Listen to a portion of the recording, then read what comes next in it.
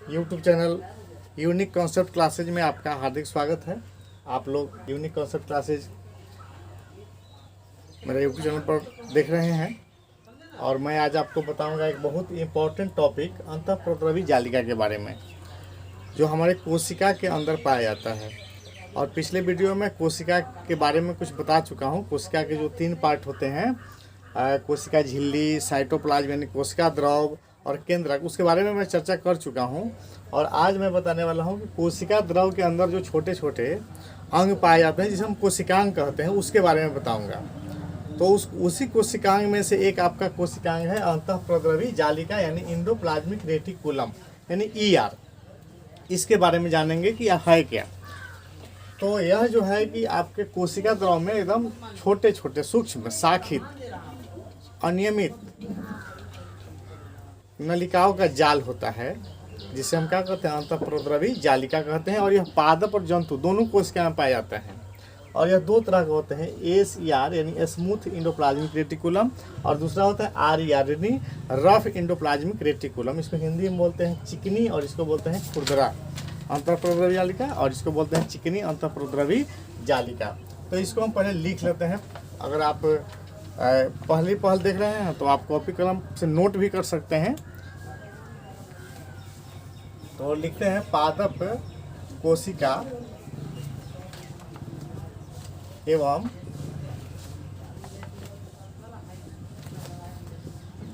जंतु कोशिका के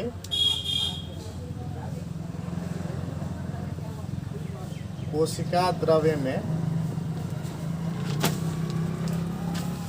सूक्ष्म शाखित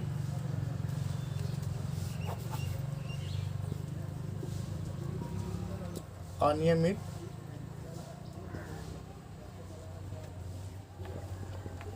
नलिकाओं का जाल होता है, जिसे अंतःप्रोद्रवीय जालिका कहते हैं। यानी इसको हम ER, इंग्लिश में क्या कहेंगे, शॉर्ट में ER कहते हैं। यह 2 प्रकार का होता है। एक होता है चिकनी, जिसके ऊपर सतह पर देखिए इसके झिल्ली के ऊपर कुछ नहीं है, और दूसरा है RER, जिसके झिल्ली के ऊपर छोटे छोटे कण होते हैं। उस कण को हम राइबोसोम बोलते हैं। इसी कण को क्या बोलते हैं, हम राइबोसोम बोलते हैं। तो यह 2 प्रकार का होता है। एक होता है चिकनी अंतःप्रोद्रवी जालिका, चिकनी अंतःप्रोद्रवीय जालिका, यानी इसको हम कहेंगे स्मूथ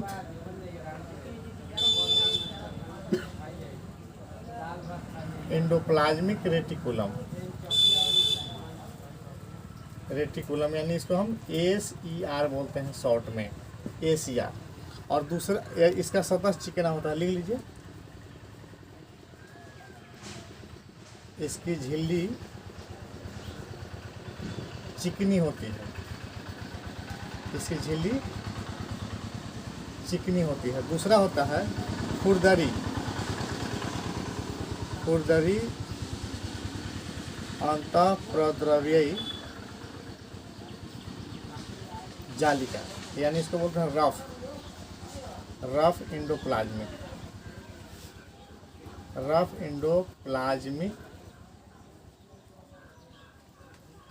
रेटिकुलम, हम लगा लीजिए, यानी RER। यानी होता है कि इसके झिल्ली के ऊपर छोटे छोटे कण होते हैं, छोटे कण होते हैं। इस कण को राइबोसोम कहते हैं। इसे राइबोसोम कहते हैं। आपको यहाँ इंडिकेशन दे दें कि इन कणों को राइबोसोम कहते हैं।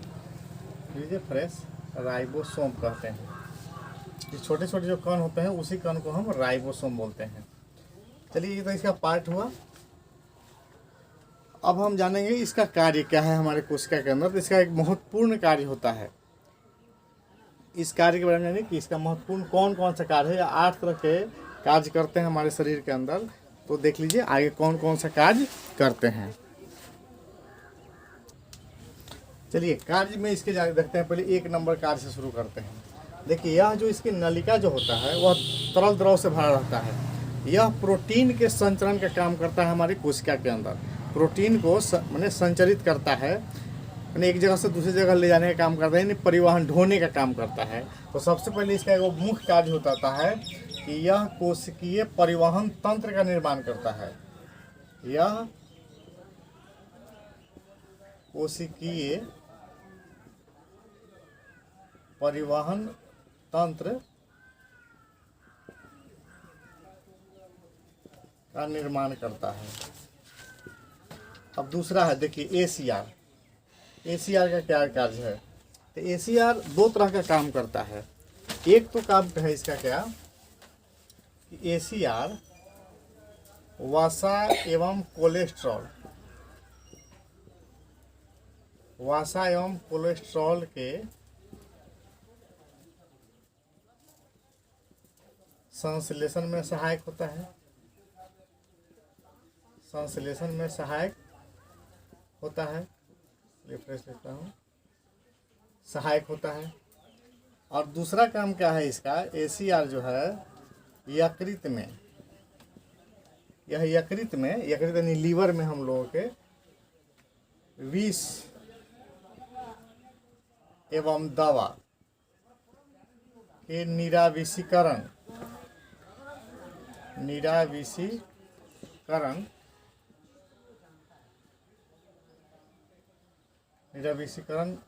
में सहायक होता है। लिखिए में सहायक होता है। यानी यह जो है कि यकृत में जो विष होता है या दवा जो हम खाते हैं उसको निराविषीकरण करने का काम करता है। इसका चौथा काम है कि यह केंद्रक से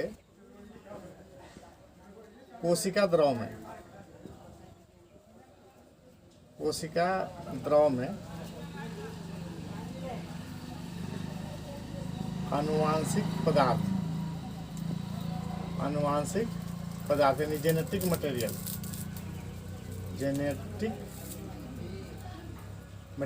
लिखा जेनेटिक मटेरियल लिख देते हैं। जेनेटिक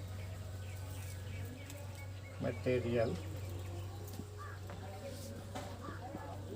के जाने का पथ यानी रास्ता बनाता है।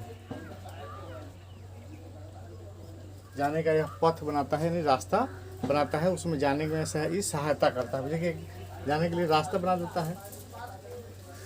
5वां काम है कि जब सेल डिवाइजेशन होता है यानी कोशिका का विभाजन होता है तो यह कोशिका प्लेट और कोशिका झिल्ली दोनों के निर्माण में यह भाग लेता है, सहायता करता है, भाग लेता है।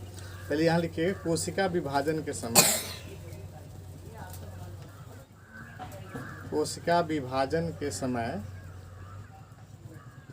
कोशिका प्लेट एवं कोशिका झिल्ली के निर्माण में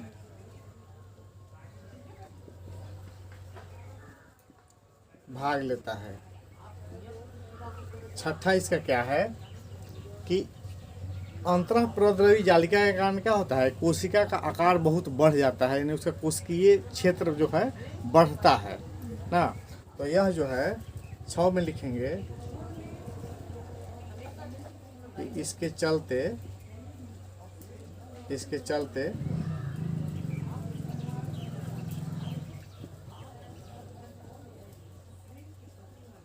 कोशिकीय क्षेत्र बहुत बढ़ जाता है, यह आपका 6 काम है। अब इसके 2 और काम है।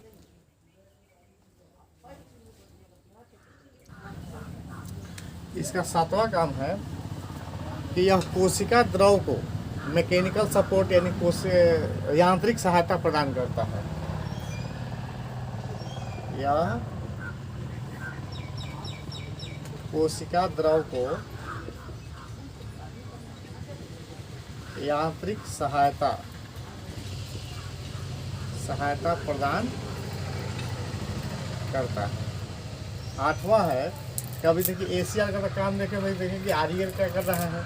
तो RER का ज़्यादा कुछ काम नहीं होता है। RER बस क्या करता है कि RER प्रोटीन संश्लेषण करता है, प्रोटीन संश्लेषण में भाग लेता है। क्या प्रोटीन संश्लेषण का काम करता है, प्रोटीन संश्लेषण में भाग लेता है, प्रोटीन संश्लेषण का काम करता है, दोनों होगा। क्या लिख सकते हैं, प्रोटीन संश्लेषण का कार्य करता है, दोनों लिख सकते हैं, कार्य करता है, प्रोटीन संश्लेषण कार्य करता है, प्रोटीन संश्लेषण में भाग लेता है। यानी मिला जुला के अंतःप्रोद्रवी जालिका के मुख्य काम में जो है कि यह वसा और कोलेस्ट्रॉल और प्रोटीन तीनों के संश्लेषण का काम करता है। अंतःप्रोद्रवी जालिका वसा, कोलेस्ट्रॉल और प्रोटीन तीनों के संश्लेषण का काम कौन करता है, अंतःप्रोद्रवी जालिका। यानी जो स्मूथ है वह वसा कोलेस्ट्रॉल, और जो रफ है वह केवल प्रोटीन के संश्लेषण का काम करता है। और यह एक परिवहन तंत्र का भी काम करता है और कोशिका द्रव को यांत्रिक सहायता प्रदान करता है। ये सब इसके कार्य हैं। और आशा करता हूँ आपको वीडियो पसंद आया होगा। और इस तरह का आगे मैं आपको अब राइबोसोम के बारे में बताएंगे अगले वीडियो में, कि राइबोसोम क्या है। और पिछला वीडियो अगर नहीं देखिएगा तो डिस्क्रिप्शन में लिंक दे दूँगा, उस पर से देख लीजिएगा। और कोई भी दिक्कत हो तो कमेंट बॉक्स में लिख कर पूछ सकते हैं।